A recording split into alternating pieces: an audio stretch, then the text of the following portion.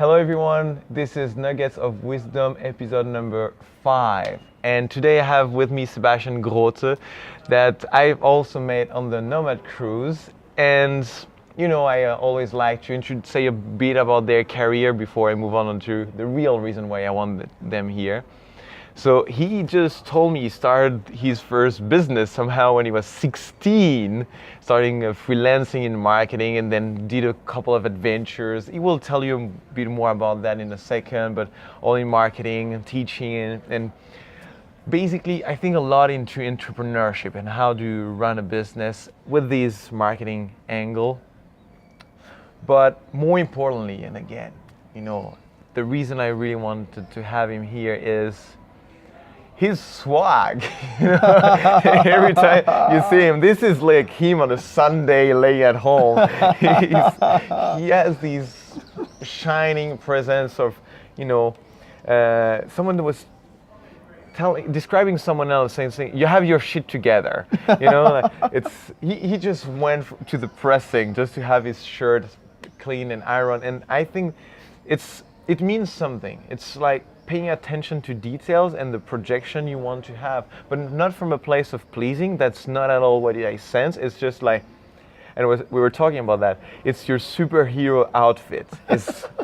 This represents an extension of me, and also these beautiful laughter that you've heard and these gaze.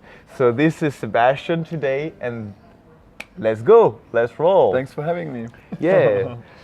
So you were sharing a bit about your journey off camera a second ago, and the fact that you started so young. What pushed you when everyone was just maybe busy getting drunk with 16 years old? What pushed you to start that? Well, I also did that. Well, I don't know, like looking back, actually my first steps, maybe if I consider it as a freelancer or as an entrepreneur, was I did a freelancing job, like the first like online marketing project for a flight school. It was like actually a teacher of mine who was also working in a flight school as a flight instructor. So he always wanted to help the owner to grow the business, and it was the beginning of online marketing, or like first like where like smaller companies actually were thinking about entering to the internet. They had no clue what to do. So we were looking into it, and we just started the first website for this flight school. So there was like my side project next to school. And the cool thing about it was that with classical search engine optimization, which nobody did back the days, we were basically the only flight school doing that. We managed to double the numbers in the first year, like wow. from almost 1 million to 2 million. And that's when you were 16? Well, I was just a freelancer. I was just doing the online marketing thing. And that was actually, this guy who ran this business was quite an alternative guy, not what you consider a typical businessman. So he was, before when we started, he was asking me like, hey, what do you want to actually have to do it? And I said, actually I have no clue how to charge you, let's just start and try. And obviously he was super happy after it, and always when I went there, I often went there to have a little flight with them. It was like big fun. He just was checking his pocket like, hey, here you have some money, and it was like always giving me some bills, like it was like a lot of money for me back that time. So actually it was really good feedback to see that my actual work is somehow creating some value or making changes or differences. So I really got, I guess, hooked because of that. So yeah, that was fun. Yeah. Cool. That's, you know, you're lucky, but luck for me is when opportunity meets preparation, and you were most likely open and say, yeah, that's an opportunity, I'm taking it. Mm-hmm. But it's very lucky in that sense to have that opportunity so young. Yeah. And so you told me that just after that you kind of started your own business and helped other companies and more companies. Can you tell me more about what you were sharing as the difference between the goals and the KPIs that were set and what you noticed that was a bit off? Mm-hmm. Yeah. Okay. So quickly, the next step after that was that I got a little bit like acquired from the owner of this airfield. It was a private airfield who had a software business. So he asked me to be a software freelancer for them, which I basically did for a while. So I stepped back from being entrepreneur to being kind of a freelance employee, let's say. So I negotiated my first home office contract after 2 weeks because I just was not really happy in this working environment. So I really wanted more freedom. So I started to work from home. And actually, I was always doing 1 hour of work and actually writing down in my documentation at least 2 hours. So it didn't last for long. So he kicked me out there, and it was the start of my first business. Because after that, I decided with a friend together to start a marketing agency. Or we had no definition actually for it. So we just tried. We just basically wanted to try things. So it was not about making money, because we were living with our parents back then. So it was more about trying out things. So all the money we earned, we just reinvested in marketing and trying new things and employees. So it was basically just You told me you had 20, 25, 35 employees? Yeah, at the beginning of my 20s, we were like about 20, 30, 35 employees then. What did that teach you? Oh, well, I had no clue what I was doing. My first learning in building a team, I don't know, it was from playing around and just having fun together to actually somehow we need to get some result out of it. So in the beginning, I just hired people who were like me. So we were like a bunch of, I remember one situation, it was quite funny. Well, my business partner and me came back from a really important business meeting back to the company, and there was like 25 people sitting on the floor doing meditation. It was like, which I personally like, but in business, like everything totally out of control, and nobody was actually doing their jobs. So it's like, so that's one learning I had, and like, okay, I can't just hire people who are like me. I really need to hire for the role. So I started to really appreciate the difference in between people. That a good team is made of very different personalities. That's probably one thing that I realized there. And also I really had to learn that I knew barely about leadership, and I had to learn big time. Like I did a lot of mistakes that days. Can you share a bit of these mistakes, or more importantly, what you learned out of these mistakes? That's a big step from there. I mean, I think that's something that a lot of business owners can relate to, or any team leader, that you feel somehow in the end that you're always responsible for everything. There's like a lot of people around you, but you take a lot of responsibility on your shoulders, and also people kind of, if they have a problem, they bring it to you, and it's like, that's something that I had to realize. It's because of me. It's not because of them. It's because of how I actually lead or how I actually behave in a team. So I started to understand that there's a difference between the person as an individual and the actual role, and like the things that come with the role. So I was basically, after like a couple of years and frustration, I started to read everything I could actually find about, less about leadership, more about how to build an organizational structure, and these kind of things. And if like someone is watching, or myself, who wants to get started in having more employees and people and the team, obviously I hear your point of not hire a friend, hire someone who complements you. But in terms of that leadership, what would be your advice to me based on the readings in the organizational structure that you were talking about? I would say, first of all, for you as a business owner or entrepreneur, I think it's really important to define your input, what you're willing to invest in terms of time, energy, and whatever, and on your output, like in terms of what do you want to get out of it. So is it actually to make money, or is it to fulfill your mission, your vision? So what's actually your role about it? Because that's super important to have it clear before you start thinking about the team. because otherwise it's always a reflection of what you're doing, like about your personality, right? So that's I think that's really an important step, to have a clear idea about your own role. Yeah, I like the input-output Yeah. figure. Yeah. Because I've seen a lot of business owners who actually are complaining about their working hours, or about that they need too much energy for it and whatever. And in the end, it's maybe an ego thing, that they're like putting themselves in the middle, and everything has to go through their table just to have this feeling of importance. So that's maybe something, that's the first thing I would mention. Yeah, and control. Yeah. And control. I know that's the one thing I like. Yeah. Trust and empower. Yeah. Yeah, very beautiful. And you were talking about earlier off camera about also seeing the goals of your clients, and the vision they had was not clear, and like how much they made them suffer, and how you realized it was applied to you too, you know, when you saw all your clients going through that. Yeah, actually, honestly, the whole idea of following a mission or vision came later to me. Back that time, I was not really. I was obsessed with goals and achieving goals. So I was reading a lot about goals, but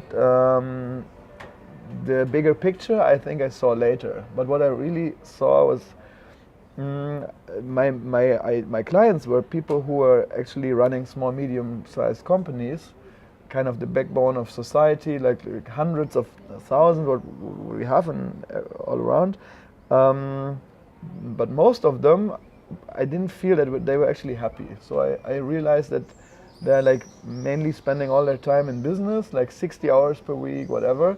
And when I asked them why they actually do it, they all told me like, yeah, you know, at some point I want to enjoy all this. I want to spend more time with my family or whatever. It's like, but for now, first I need to get this done. I need to focus on business, which sounds nice, but in my opinion, it never happened. So most of them were like going through a divorcement after that, or like getting serious house problems, or even worse. And I realized that I'm actually playing the same game in the same way. So I could easily make a projection for the next 20 years, and I would see myself as well getting a little bit bigger and working all day long. And I just decided that that's not for me. That's something that was maybe the biggest learning out of that company and that entrepreneurial journey. I mean, to see this quite early, as I was really close to these people, and I realized that it's not the secret sauce. Yeah. So, in my vocabulary, you decided to be happy today, not tomorrow. Yeah. And I see that, and that's the thing that I was like, oh, this guy has, you know, I feel like some people talk a lifestyle design, but I feel like you commit a lot to have a happy life now. And I know you're building businesses. You didn't want to live in the forest, even though you're living in Mallorca, an island. But you didn't decide I quit everything. You kept this vision of very business oriented, from what I understand from all our conversation, and seeing you hosting these piranha tank, helping other people with their businesses, but at the same time, not postponing happiness to an if and a when. No. So, what are the things that you do today to make sure you don't lose that? There was also a time in my life where I read a lot about work-life balance, and you know, there's very different ideas and concepts about it. There's like some really successful business people who actually say that you don't need work-life balance. If you really do what you love, then you can forget about the rest. Then it's so fulfilling. I'm not a big fan of this theory, because I think the best thing in life and in the world, if it's like really fulfilling my vision and my mission, if it gets too much and you forget about some other things in life, you just fall out of this balance. That's my idea. So I basically, adapted for myself to kind of that I feel that there's some things in life that are really important to me, and more or less in the same weight, and I want to fulfill it in every day. So it's not that I want to do business today and something else tomorrow. I feel like, of course, you can't have the same attention on each topic every day, but there's something like the Pareto principle for sure. So there's like in 80, everywhere there's like this 20% of effort that gives you 80% of the result. So, and even in this 20%, there's again 76% that gives you. No, that's actually 4% in this 20% that gives you 76% of the results. So I tried to find this 4% in each area of life to keep everything in balance. So give you a short example. I don't find the time to have a big workout every day. Yeah. So, but I truly believe that it's very important to keep your fitness. So what I try to do is to find a really quick workout that serves me very well. So it's like what I do is like 8 minutes workout every morning. Okay. This is basically a plank exercise, because I was asking some really good sportsmen, like, if you just could train one thing, if you just could do one exercise, what would it be? And a lot of them told me it's the plank, because you're training the whole body. And it's just 8 minutes. And there's no reason to... 8 minutes of one plank? Well, no.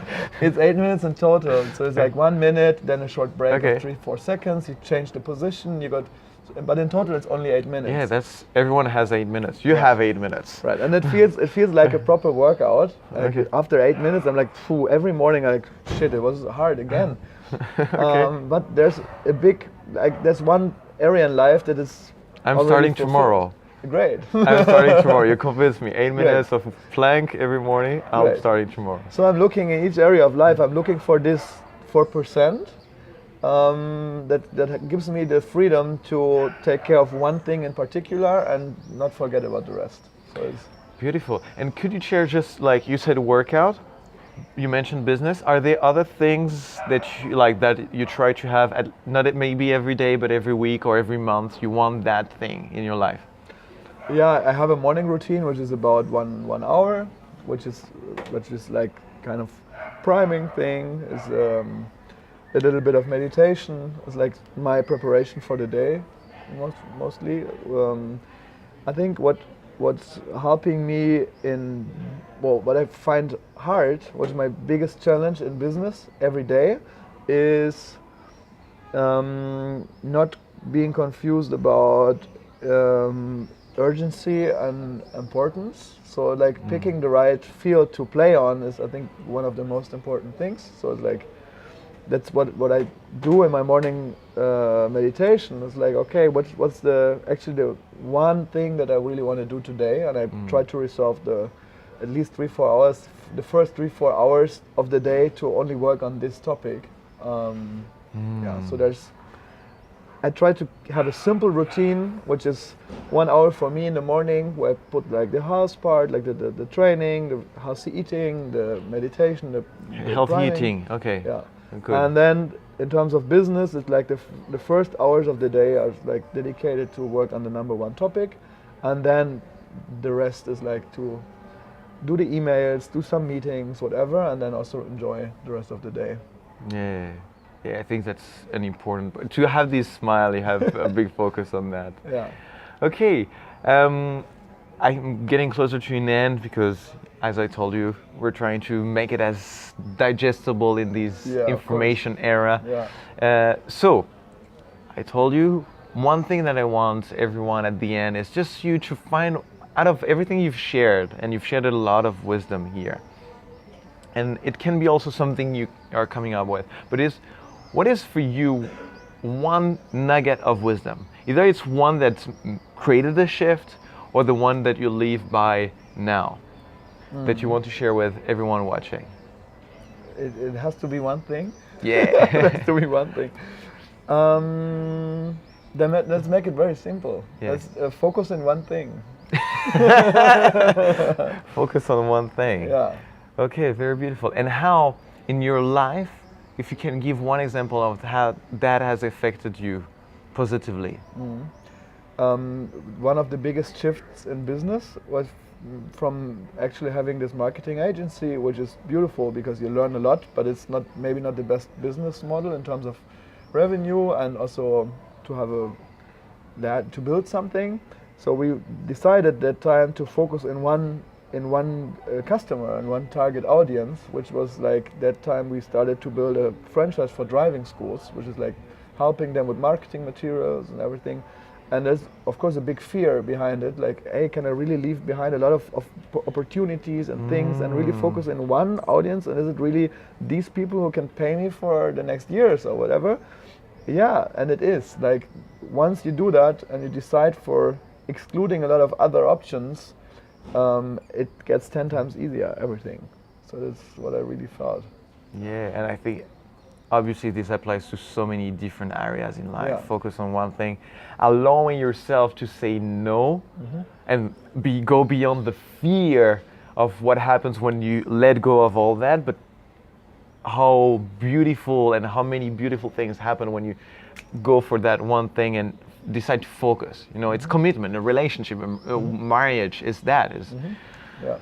Stop fucking around, get married and see what happens and blossom from that one relationship, whether it's one industry or one business. That I love that. And again, you know the drill. It's not about listening to that advice and all that wisdom, but it's about listening it, embodying it, applying it, so that you can also become the better version of yourself and share and contribute and serve others.